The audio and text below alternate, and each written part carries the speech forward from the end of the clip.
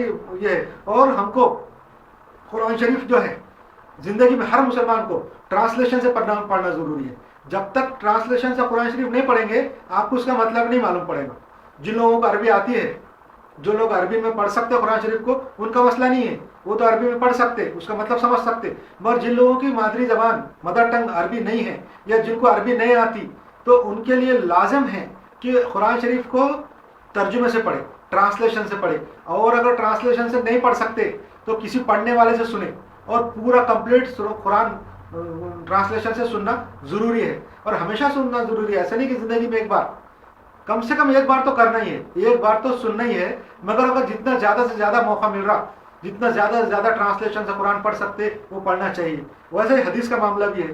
حدیثوں کے بارے میں ایسا ہے کہ ہمارے بہت سارے لوگ، تقریباً 99% میں بولوں گا، حدیث کسی نے بھی نہیں پڑھا ہے. بس تھوڑی بہت ادھر ادھر سنتے رہتے، پیپروں میں اخباروں میں ادھر ادھر سنتے رہتے، مگر حدیث کسی نے بھی نہیں پڑھی.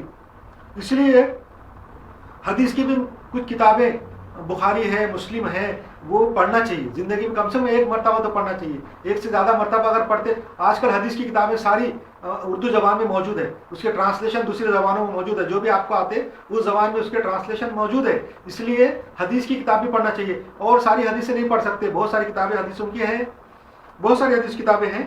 تو اگر وہ نہیں پڑھ سکتے تو کم سے کم مشکات المصابیح پڑھیں، کیونکہ یہ تقریباً 5 حدیث کی کتابوں کا مجموعہ ہے. مشکات المصابیح امام بغوی نے لکھا تھا، اور وہ خطیب تبریزی بول کے ہیں، انہوں نے لکھی تھی. انہوں نے کیا کیا تھا کہ 4-5 کتابیں جمع کی تھی احادیث کے زمانے میں.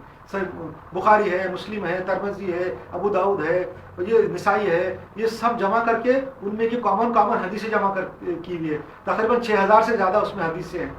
تو کم سے کم یہ تو مشکات المصابیح تو پڑھنا ہی چاہیے. بخاری بھی پڑھنا چاہیے اور مسلم بھی پڑھنا چاہیے.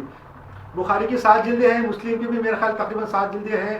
اور اتنا جب بھی موقع ہے بالکل پڑھنا چاہیے. حدیث کی کتابیں بھی قرآن کی طرح ہی پڑھنا چاہیے.